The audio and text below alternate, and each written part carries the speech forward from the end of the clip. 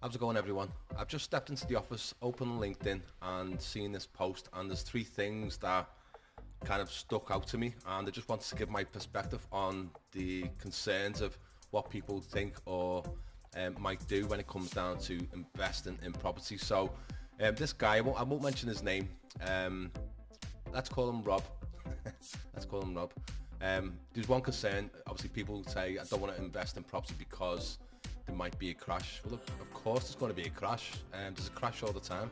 It's how the economy stays together. You know, it's every 10, 12 years there's some kind of crash.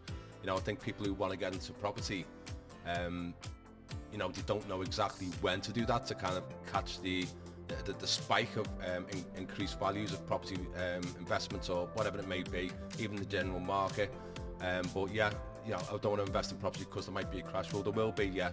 There's always going to be a crash, and that's how the economy resets itself. So yeah, bit of a fluctuation right now with the interest rates, and no one knows what's going on. I believe myself personally that property investments are on the rise. So I think now could be a good time to, well, I know it will be a good time to invest in property, especially in the northwest where I am in Liverpool.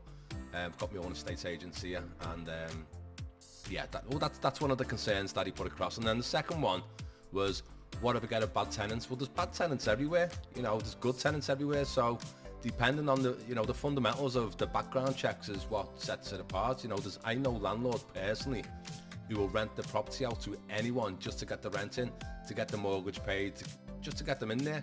And it's the biggest mistake I've seen, and it happens continuously all the time. They're always moving out in the next 3 or 4 months. They can't afford the rent, or they made the mistake. They're not good tenants. They don't look after the property, and the landlord gets another one in and does the same thing again, which it keeps repeating himself. You know, if nothing's working, you know, you change your approach. The thing to do with tenants, you've got to background check them. You've got to check how much they're earning, where do you live before, what the landlords say about them. It's the basics of background checks. But yeah, just a little one about that. But the third one, which kind of stood out to me, which I thought I'd jump on today and do this video, is I feel like it's safer to keep the money in the bank or in bonds. Why would you keep your money in the bank?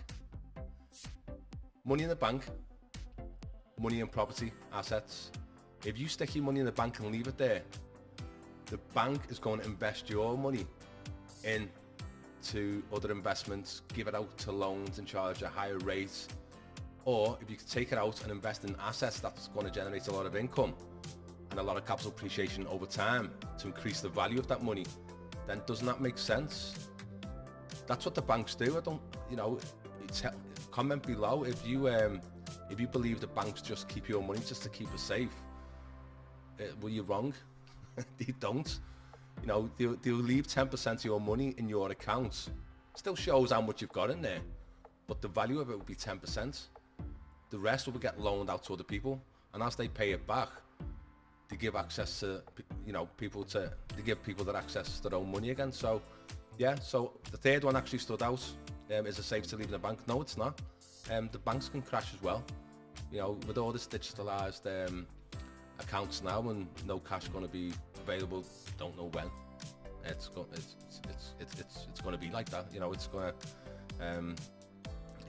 going to be digitalized. What if it just crashes like that? You're not going to have access to any of your money. But yeah, I'm waffling on now, but I just want to point them concerns across. Obviously, you don't want to invest in property because there might be a crash. Yeah, obviously going to be a crash. There always will be. When it happens, we don't know.